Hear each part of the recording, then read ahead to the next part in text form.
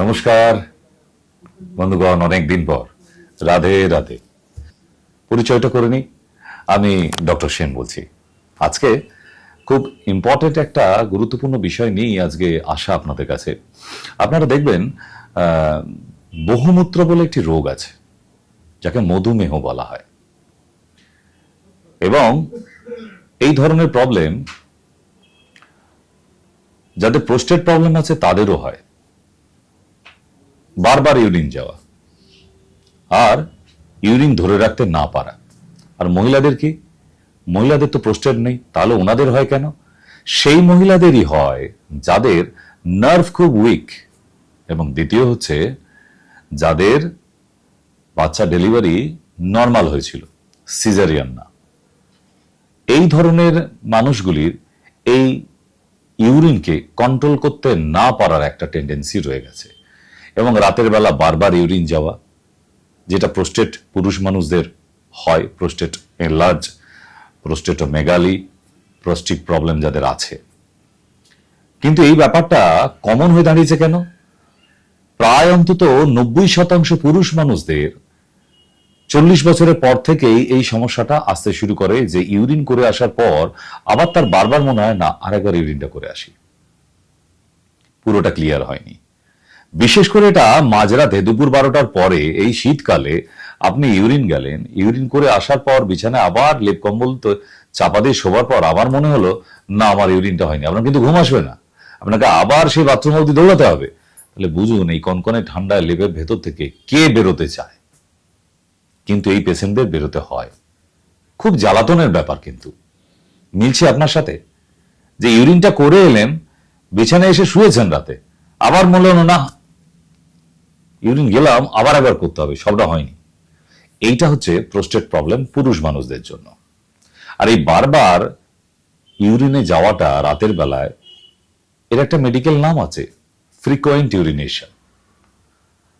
আর মহিলাদের এইটা হয় কখন? যে মহিলাদের ইয়াং বেলায় তাদের বাচ্চা প্রসব হবার সময় নর্মাল ডেলিভারি হয়েছিল, সেই মহিলাগুলোর তাদেরও কিন্তু সারাদিনে একটু হাঁচি, একটু জোরে হাসলে, একটু কাশলে ইউরিনকে ধরে রাখতে পারে না। আনকন্ট্রোল ইউরিন বলে একে। এই ধরনের সমস্যাগুলো বিশেষ করে শীতকালে মানুষকে খুব জ্বালাতন করে, কিন্তু তা নয়। এই ধরনের প্রোস্টেট প্রবলেম যাদের আছে, যাদের আনকন্ট্রোল ইউরিন, যাদের ফ্রিকোয়েন্ট ইউরিনেশন প্রবলেম আছে, তারা রাস্তাঘাটে বাসে করে যাচ্ছে, হঠাৎ ইউরিন পেলে সে ধরে রাখতে পারে না, যে কোনো জায়গায় নেমে গিয়ে তাকে বাথরুম করতে হয়। এরকম বহু মানুষ আছে যাদের ইউরিন কন্ট্রোল করতে পারে না। এবার আসি যে এইরকম সমস্যা নিয়ে যারা ভুগছেন, ওষুধ খাচ্ছেন তো? আমি জানি ওষুধ খাচ্ছেন, রেজাল্ট কি?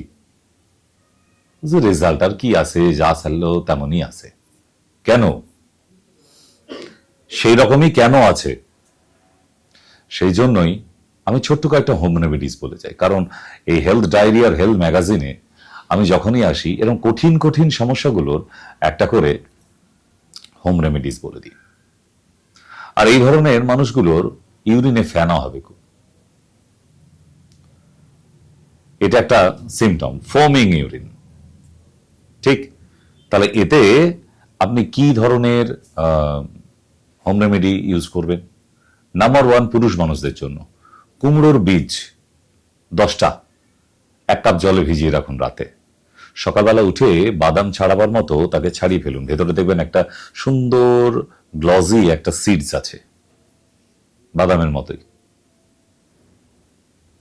ওই সিডসটা 10টা চিবিয়ে চিবিয়ে খেয়ে নিয়ে 1 গ্লাস জল খেয়ে নিন, প্রতিদিন করুন। পুরুষ মানুষদের এই ফ্রিকোয়েন্ট ইউরিনেশন, বারবার ইউরিন যাওয়ার টেন্ডেন্সি, দেখবেন এটা কমে গেছে।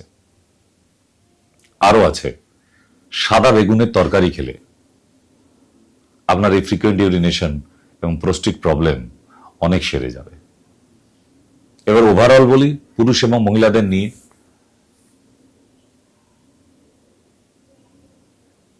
1 চামচ জাম বীজের চূর্ণ, আর সেই চামচেরই 4 ভাগের 1 ভাগ হলুদ চূর্ণ, গুঁড়ো হলুদ 1 কাপ জলের মধ্যে রাত্রে ভিজিয়ে রাখুন, ঢাকা দিয়ে রাখবেন। সকালবেলা ভালো করে কাপের জলটা গুলিয়ে নিন, ওটা সকালে খালি পেটে খান, 30 দিন খান। পুরুষ এবং মহিলা দুজনেরই uncontrolled urine, frequent urination, everything সবটাই দেখবেন এবার কন্ট্রোলে চলে আসছে। আর দুজনকেই রিকোয়েস্ট করবো, পুরুষ এবং মহিলাদের, এই ধরনের সমস্যাগুলিতে অবশ্যই একটি করে অশ্বগন্ধা ট্যাবলেট রাত্রিবেলা খেয়ে শোবেন। আরে দেখুন না, কোনো পয়সা কড়ি লাগছে না তো, একবার চেক করে দেখতে কি, হলুদ, লঙ্কা, নুন, তেল সবই তো রোজ খাচ্ছেন, নিশ্চয়ই এটা কোনো কোয়ারিজ নেই, কোশ্চেন নেই, স্যার সাইড এফেক্ট হবে না তো? কারণ ওগুলো তো আপনারা গোগ্রাসে গিলছেন। তাহলে করে দেখতে পারা যায়। জাম্বির চূর্ণ 1 চামচ, সেই চামচেরই 4/1 ভাগ